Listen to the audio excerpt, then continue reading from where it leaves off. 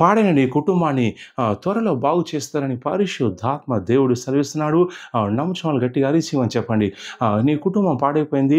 So అనేక సమస్యలు వచ్చాయి. వ్యసనాల వల్ల, అక్రమ సంబంధాల వల్ల, లేక ఇంట్లో గొడవల వల్ల నీ కుటుంబం చెల్లాచెదరైపోయింది. తలదిక్కైపోయినారు. నా కుటుంబాన్ని బాగు చేయగలవా? అని నువ్వు కన్నీరు కారుస్తూ నీ భర్త కోసం, నీ భార్య కోసం, నీ పిల్లల కోసం నువ్వు కన్నీరు కారుస్తూ మొరపెడుతున్నావు. అలాంటి వాడితో పరిశుద్ధాత్మ దేవుడు ఈరోజు సెలవిచ్చే మాట ఏంటంటే, పారిన నీ కుటుంబాన్ని నేను బాగు చేస్తాను, త్వరలో బాగు చేస్తాను సెలవిస్తున్నాడు. నమ్ముచున్న గట్టిగా అరిసి అని చెప్పండి. ఈరోజు పౌరుషవాక్కు గురించి నేను ప్రార్థన చేశానండి. పరిశుద్ధాత్మ దేవుడు యెషయా 51 3వ వచనం ద్వారా దేవుడు మాట్లాడాడు. నీవు కుడివైపునకు ఎడవైపునకు వ్యాపించదవు, నీ సంతానము అన్యజనుల దేశమును స్వాధీనపరచుకొనును, పాడైన పట్టణమును నివాస స్థలముగా మార్చెదను చేయును అని దేవుడు సెలవిస్తున్నాడు. ఏ పట్టణం అయితే పాడై ఉందో ఆ పట్టణం నివాసం ఉండలేరు. జంతువులు ఉన్నాయి, అన్ని శిలాఫలకాలు ఉన్నాయి, ఇళ్ళని కూలిపోయి ఉన్నాయి, శిథిలావస్థలో ఉంది, శ్మశానంలో ఉంది. అలాంటి పట్టణంలో జనాలు నివాసం ఉండలేరు. కానీ ఏ పట్టణం అయితే నాశనం అయిపోయి ఇక పూర్తి స్థాయిలో కంటలతో పోయి ఉందో ఆ పట్టణాన్ని దర్శిస్తాను, విడిపిస్తాను, కార్యం చేస్తాను. ఏ స్థాయిలో చేస్తానంటే ఆ పట్టణాన్ని నివాసస్థలంగా చేస్తాను. శస్యశ్యామల ప్రాంతంగా పట్టణంగా జనాలు నివాసం ఉండి పంటలు పండించుకుంటూ వ్యాపారాలు చేసుకునే స్థాయిలో ఆ పట్టణం ఉండే విధంగా చేస్తానని పరిశుద్ధాత్మ తెలియజేస్తున్నాడు. అలాగే నీ కుటుంబం కూడా చిన్న భిన్నమైంది, గొడవలు అయ్యాయి, పోలీస్ స్టేషన్లు, గొడవలు, తగాదాలు, అశాంతి, అసమాధానం, తగాదాలు, మిస్అండర్స్టాండ్స్, అనేక సమస్యలతో, చుట్టాల వల్ల అనేక సమస్యలతో వేసారైనటువంటి నీ జీవితం గురించి, నీ కుటుంబం గురించి నువ్వు ఆలోచిస్తున్నావు, చింతిస్తున్నావు. నా కుటుంబం మారుతుందా? భర్త మారుతాడా? భార్య మారుతాడా? పిల్లలు మారుతారా? ఇక నేను ఇంతేనా? నా పరిస్థితి ఇంతేనని నువ్వు ఎంతో కాలం నుంచి కన్నీరు కారుస్తూ మొరపెడుతున్నావు. అలాంటి స్థితిలో ఉన్న నీతో పరిశుద్ధాత్మ దేవుడు సెలవిచ్చే మాట ఏంటంటే, నేను పాడైన నీ కుటుంబాన్ని బాగు చేస్తాను.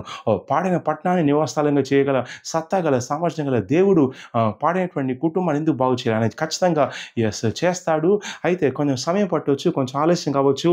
నీ ఇంట్లో ఎవరైతే దేవునికి లోబడాల్సి ఉంటుందో లోబడే విషయంలో వాళ్ళు కొంచెం లోబడిపోవచ్చు.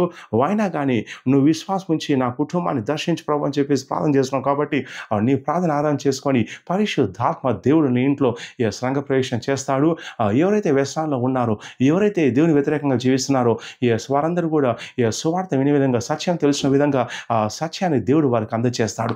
ఇక వినండి, నీ కుటుంబం చిన్న భిన్నమైపోయి సైతాన్ నీ కుటుంబంలో ప్రవేశించి భరతనాట్యం చేస్తూ నవ్వుతూ, చూడు నీ భర్తను చూడు, నీ భార్యను చూడు, నీ కుటుంబం చూడు, నీ పిల్లలు చూడు, నీ స్థితి ఎలా ఉందో చూడు అని సాతాను నీకు నీ సమస్యలు చూపిస్తూ, నీ కుటుంబం చూపిస్తూ డ్యాన్స్ చేస్తూ ఎగతాళి చేస్తుండొచ్చు.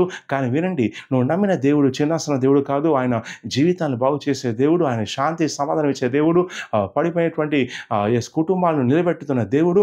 అనేక మంది తాగుబోతులు మారుతున్నారు, అనేక మంది వ్యభిచారులు వాళ్ళ యొక్క వ్యభిచారం వదిలిపెట్టి దేవుని నమ్ముకుంటున్నారు. అలాగే నీ కుటుంబంలో ఎవరైతే మారాలని నువ్వు కోరుకుంటున్నావో ఇక వారు మారే విధంగా పరిశుద్ధాత్మ దేవుడు చక్రం తిప్పుతున్నాడు.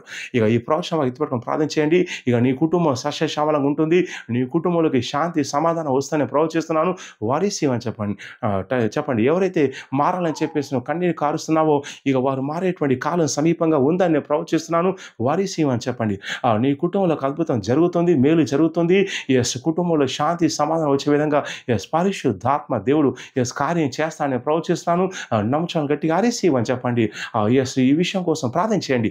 నీ ఇంట్లో ఎవరైతే మారాలని కోరుకుంటున్నావో, ఏ కుటుంబం అయితే నిలబడాలని కోరుకుంటున్నావో ప్రార్థన చేస్తూ ఉండండి, విశ్వాసంలో ఉండండి, నిరుత్సాహపడద్దు.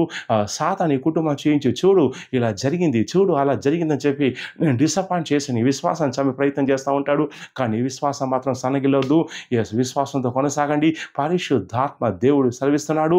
ఇక నీకు అద్భుతం జరుగుతుంది, నీ కుటుంబం మారుతుంది, నీకు అద్భుతం జరుగుతుంది. పరిశుద్ధాత్మ దేవుడిని సెలవిస్తున్నాడు. నమ్ముచాలను గట్టిగా ఆరేసి అని చెప్పండి. ఈ వీడియోను మీ వాట్సాప్ గ్రూపులో, ఫేస్బుక్ గ్రూపులో మీ స్నేహితుల బంధువులకు షేర్ చేయండి, లైక్ చేయండి. మా యూట్యూబ్ ఛానల్ సబ్స్క్రైబ్ చేయండి. అలాగే ప్రతిరోజు లైవ్ 7 o'clock వస్తుండగా పాల్గొనండి. పరిశుద్ధాత్మ దేవుడు దర్శించబోతుంది. అలాగే సిగ్నల్ బేదర్ చర్చ్లో ప్రతి ఆదివారం ఉదయం 9 గంటలకు మొదటి ఆరాధన, ప్రతి ఆదివారం సాయంత్రం 5 గంటలకు 2వ ఆరాధన ఉంటుంది. ఈ 2 ఆరాధనలో పరిశుద్ధాత్మ దేవుడు స్వస్థపరుచిన కార్యాలు జరుగుతున్నాయి, కుటుంబాలు కట్టబడుతున్నాయి, జీవితాలు మార్చబడుతున్నాయి. రండి, కుటుంబాలుగా రండి, దేవుడు కార్యం చేస్తున్నాడు. అలాగే ప్రతి శనివారం నాడు కూడా లోతైన ప్రవచనం కోసం, డెలివరెన్స్ కోసం నేను పోస్ట్ అపాయింట్మెంట్ ఇస్తున్నాను. అలాగే ప్రతి శుక్రవారం కూడా డెలివరెన్స్ కోసం, లోతైన ప్రాసెస్ కోసం నేను ఫోన్ అపాయింట్మెంట్ లేక వాట్సాప్ వీడియో కాల్ అపాయింట్మెంట్ ఇస్తున్నాను. కావాల్సిన వాళ్ళ కింద ఆఫీస్ నెంబర్ కాల్ చేసి వివరాలు కనుక్కోండి. ఈ ప్రవచనం ఎత్తిపట్టుకొని మీరు ప్రార్థన చేస్తుండగా పాడైన నీ కుటుంబాన్ని దేవుడు త్వరలో బాగు చేయబోతున్నాడు. నువ్వు సాక్ష్యంతో రాబోతానని ప్రవచిస్తున్నాను. ఇక నమ్ముచున్న వాళ్ళు గట్టిగా రిసీవ్ అని చెప్పండి. God bless. God bless.